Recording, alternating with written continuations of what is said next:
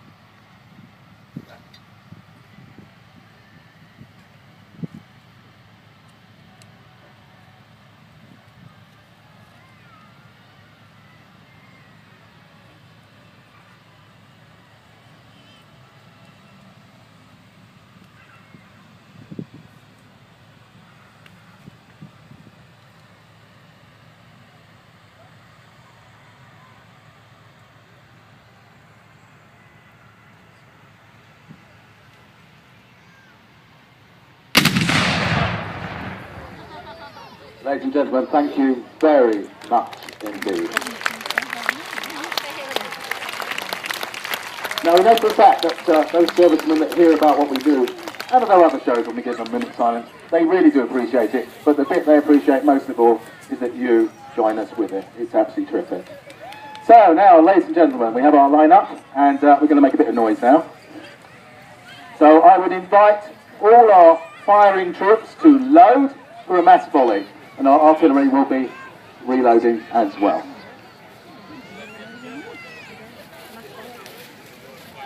I think we're going to ask the crossbowman not to shoot on this occasion because it would be a shame if we killed somebody. As you can see, the World War II people don't have to do very much though, do they?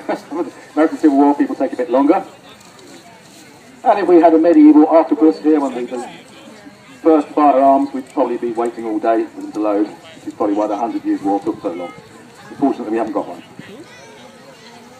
So we have to wait now for everybody to be loaded, and if I could ask the troops to indicate when they are loaded, we will then give the order for mass firing. Again, a salute to our historical forebears. Are we ready? Yeah. World War II infantry ready? Okay. Gentlemen, in your own time, prepare to fire, and I will then give the order to present and then fire. So, prepare. Present.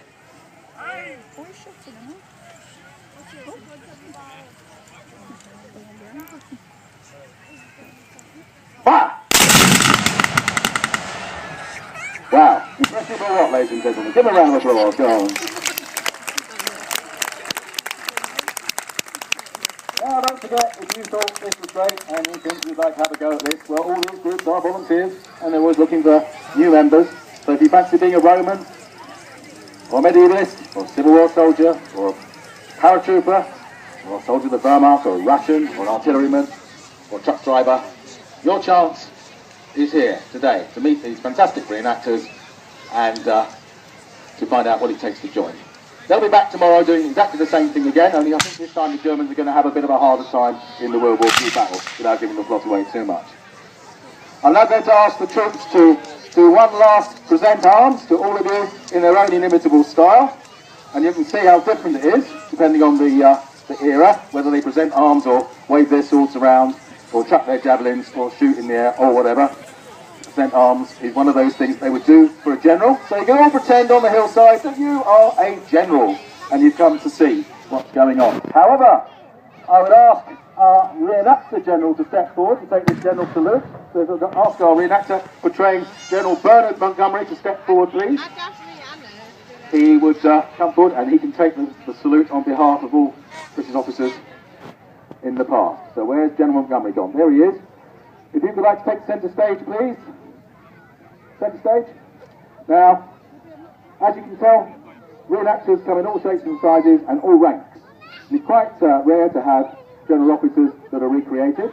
But this is John, and he is a particularly good look-alike for General Montgomery and ever so good at doing his speeches. And he's one of the best in the country. So it's only fitting, I think, that since we have a general here, he should take the general salute. But you're all generals too. So when they're saluting him, they're also saluting you.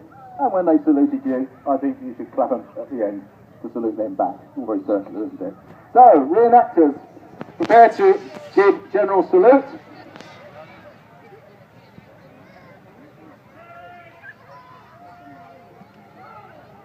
General salute!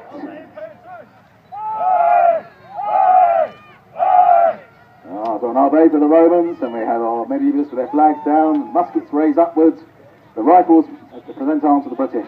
So ladies and gentlemen, there's our reenactors. One last round of applause. I hope you enjoyed the show here at the Sheffield Fayre.